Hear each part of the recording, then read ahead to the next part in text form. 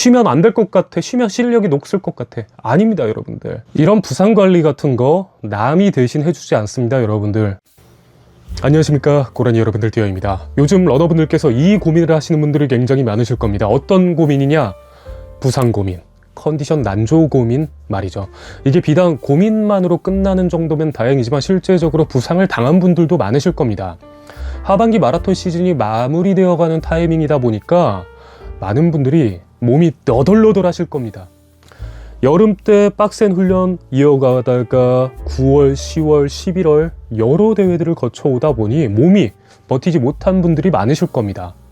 여기에서 노하우가 있고 구력이 좀 있는 러너분들은 컨디션 관리나 부상 관리를 최대한 해주셨을 분들도 계시겠지만 요즘 입문하신 분들께서는 그게 잘 안 되는 분들이 많으실 겁니다. 어떻게 해야 되는지도 잘 모르시는 분들도 많으실 거고요.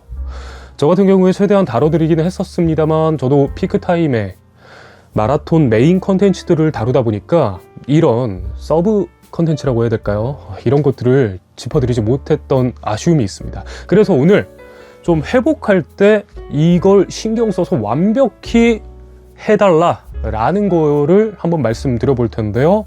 바로 가보도록 하겠습니다. 제가 최근에 휴식에 대한 영상을 만들어 드리기도 했었는데 다시 말씀드리지만 저희 러너들에게 휴식은 무조건적으로 필요한 행위입니다.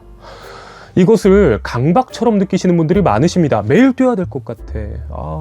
쉬면 안 될 것 같아. 쉬면 실력이 녹슬 것 같아. 아닙니다, 여러분들. 정말 인간 자체가 강하시거나 엄청나게 숙달이 되신 그런 러너분들이라면 매일 뛰어도 그 손상되는 치보다 회복되는 회복력이 훨씬 크시기 때문에 매일 뛰어도 괜찮은 분들이 있으시지만 일반적인 경우에 있어서는 절대로 정상적으로 이어갈 수가 없는 것이 매일 뛰기 챌린지 이런 것입니다. 제가 조심스럽긴 한데 저는 일반인 분들이 매일 뛰기 챌린지 이런 거를 따라 하시는 것을 좀 권해드리지 않습니다.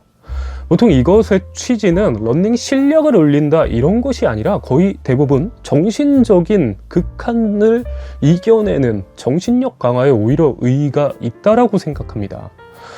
모든 운동의 강화의 메커니즘은 어떤 행위를 하면서 근육의 손상이 일어나는 것을 휴식하면서 수복하는 과정 중에서 강화가 되고 저희 심장 한계치를 때리는 한계치를 높여서 조금 더 버티기 쉬워지게 만들고 폐에 들이마시는 숨의 양을 점점 더 풍선을 버풀리듯이 조금씩 더 허용치를 높여가는 이런 것들이 이제 메커니즘인데 그것은 대부분 다 휴식하면서 회복되는 과정 중에 일어나요.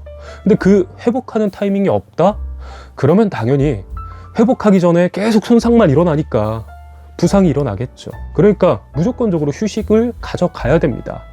그러면은 뭐 휴식이래 이러고 그냥 죽은 듯이 쉬면 되나요? 아닙니다. 물론 그것도 당연히 도움은 되지만 저희는 좀 더 효율적이고 현명한 휴식을 할 필요가 있습니다. 세 가지를 해주셔야 되는데요. 첫 번째는 양질의 에너지원 공급입니다. 탄수화물, 단백질, 지방 등등 아미노산, 유들 이런 것들을 비율에 맞춰서 잘 공급을 해줘야 됩니다. 제가 말씀드렸지만 저희가 손상된 것을 수복하는 거라고 말씀드렸잖아요. 그 수복할 때 수복하기 위한 재료가 필요하겠죠. 그러니까 잘 공급을 해줘야 되는데 이게 비단 뭐 폭식을 해라 이게 아니라는 거 아실 겁니다. 폭식을 하게 되면 당연히 남는 에너지원은 지방으로 쌓이게 되겠죠. 그러면은 또 러닝할 때 몸이 무거워져서 단점이 될 수 있으니까 적당히 잘 밸런스를 맞춰 주셔야 되고요. 두 번째, 세 번째는 긴밀하게 엮여 있습니다. 회복을 물리적으로 실행을 해 주셔야 되는데 근막 이완과 스트레칭을 진행해 주셔야 됩니다. 이거에 대해서는 예시를 좀 보여드리겠습니다. 저희가 이렇게 근육이 있다라고 한다면은 운동을 막 하면은 얘가 이제 막 꼬이고 막 붓고 해가지고 이렇게 길이가 짧아질 겁니다. 이 상태로는 제대로 회복이 되지 않습니다. 두꺼워져 있다 보니까 혈관을 좀 막아서 혈류량을 막고 혈관이 산소나 에너지원을 이렇게 원활하게 잘 공급을 해줘서 수복을 해야 되는데 그게 잘 안 되는 상태가 되거든요. 저희는 이거를 풀어내서 다시 늘려주고 이러는 과정이 필요하게 됩니다. 그것이 근막 이완과 스트레칭인데요. 근막 이완 대표적인 기구로는 폼롤러나 마사지건 이런 또 요즘 뭐 유행하는 게 마사지 스틱 뭐 이런 거 있죠. 이런 것들로 해주는 것이 근막 이완입니다. 근막 이완은 이 과정 중에서 이렇게 짧아져 있고 막 꼬여 있는 이거를 풀어내는 과정이라고 생각하시면 되시겠습니다. 하지만 이것만 해준다, 근막 이완만 해준다? 그것도 물론 좋긴 합니다만 부족하죠. 스트레칭을 해줘야 됩니다. 저희가 얘가 풀어줬다 한들 좀 부어있고 이렇게 되거든요. 얘를 좀 잡아 늘려가지고 이렇게 해주면은 좀 더 그 혈류량이 제대로 이렇게 원활하게 소통이 되겠죠? 그러면은 회복이 더 잘 되겠죠. 그러니까 이 두 가지를 잘 해주셔야 됩니다. 순서가 지켜지면 더더욱 좋은데요. 우선은 근막 이완을 해주십니다. 폼롤러나 이런 걸로 군데군데 좀 두꺼운 근육군에 대해서 여러 자세들이 있습니다. 제대로 근막을 이완시켜 주시면 아까 말씀드린 대로 지금 근육의 매듭들이 풀려가게 됩니다. 저희가 대부분 하체에 대해서 수행을 하게 되는데 좀 더 공들여서 하고 싶다 하면은 당연하지만 상체도 해주시면 좋습니다.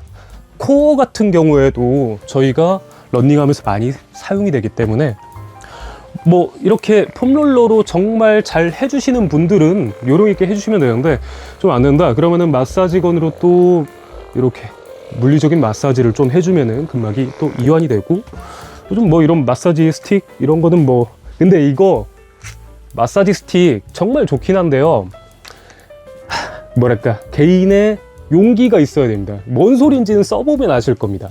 정말 신체 상태가 안 좋을 때 이렇게 쓸 때 그 통증이 어마무시하거든요. 그거를 개인이 버티지 못할 가능성이 높습니다.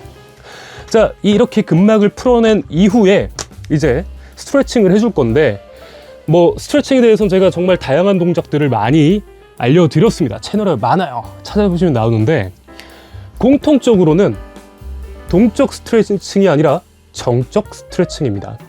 어떤 동작을 수행을 하면은 여기에서 홀딩 과정이 들어갑니다. 살짝 멈춰주면서 이렇게 쭉 물리적으로 늘려지는 거를 오래 잡아서 버텨내게 되는, 고무줄을 잡고 오래 버티는 그런 느낌으로 좀 진행되는 경우가 많습니다. 그렇기 때문에 이런 동작에서 다시 뭐 풀 때 천천히 가야 돼요. 이렇게 이런 동작, 이거는 이제 정적 스트레칭이라고 하기 좀 그렇죠. 이런 동작도 버텨주고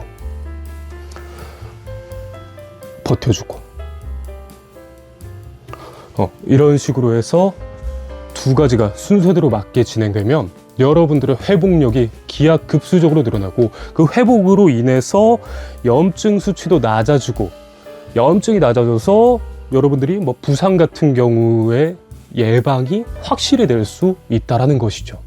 이런 부상 관리 같은 거 남이 대신 해주지 않습니다. 여러분들 본인이 직접 정성껏 체계적으로 해주셔야 됩니다. 그래야지만 러닝을 현명하게 제대로 이어가실 수 있는 거니까요. 번거롭게 느껴질 수 있습니다. 이게 버릇이 안 된 분들은. 하지만 이걸 버릇화 시켜야 돼요. 그냥 당연하게 하는 거다. 당연하게 마사지하고 당연히 스트레칭하고 당연히 쉬고 이렇게. 여러분들 러닝이라는 거 너무 좋잖아요. 그걸 이어가셔야 되잖아요. 그러기 위해서 이걸 절대로 빼먹으시면 안 됩니다. 그래서 뭐 조만간 아까 뭐 보여드렸던 스트레칭 동작이나 이런 것들 다시 한번 소개시켜드리는 시간 가져보도록 하겠습니다. 여러분들의 러닝 응원하도록 하겠습니다. 다음에도 또 유익한 정보로 돌아오겠습니다. 디어였습니다.